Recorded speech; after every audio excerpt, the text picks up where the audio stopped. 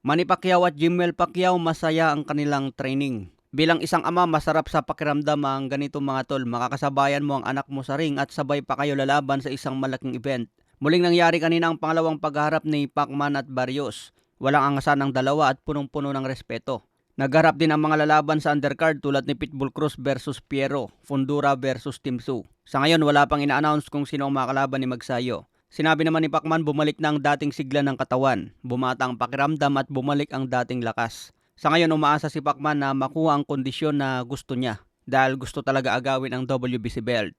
Wika naman ni Barrios, isang madugong laban ito at hindi siya papayag na matalo dahil prime Pacquiao ang inaasa niyang makaharap sa ring. Sa iba pang balita, Albert Pagara binitawan na ng kanyang manager. May 5 taon pa sana sa kontrata ngunit matapos ang pagkatalo, kailangan na itong pakawalan. Hindi raw parehas ang vision ng kanyang handler at vision ni Pagara. Kailangan din ni Pagara maipanalo ang laban niya para mas madaling hanapan.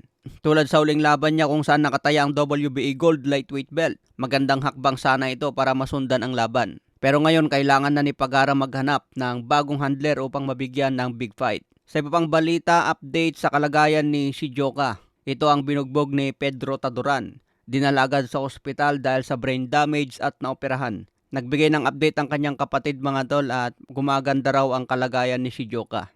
Habang kinakausap ko siya, napapansin ko na may response na galing sa kanya. Kung maging maayos man ang kalagayan niya mga tol, tingin ko hindi na ito makakabalik sa dati. Dahil mahirap kapag naoperahan ka na sa utak. Sa iba pang balita, nabigo ang negosasyon para sa nakatakdang laban ni na Devin Haney at Teofimo Lopez na sana'y gaganapin sa Agosto 16 sa Riyadh, Saudi Arabia.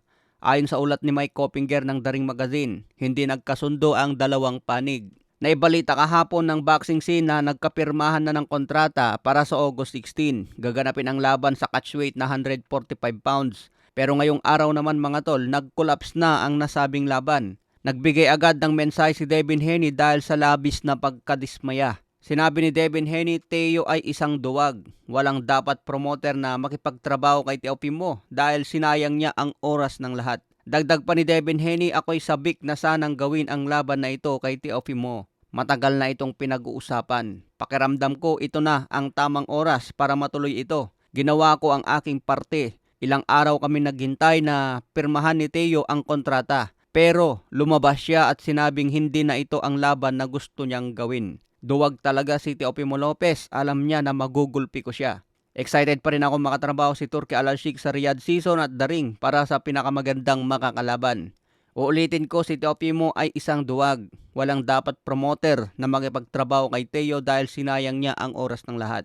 Ayan mga tol, si Teofimo Lopez pala ang hindi pumayag. Kaya bad trip si Boy Takbo. Wala daw dapat promoter na kukuha kay Teofimo Lopez. Antayin naman natin ang pahayag ni Teofimo Lopez kung ano ang masasabi niya.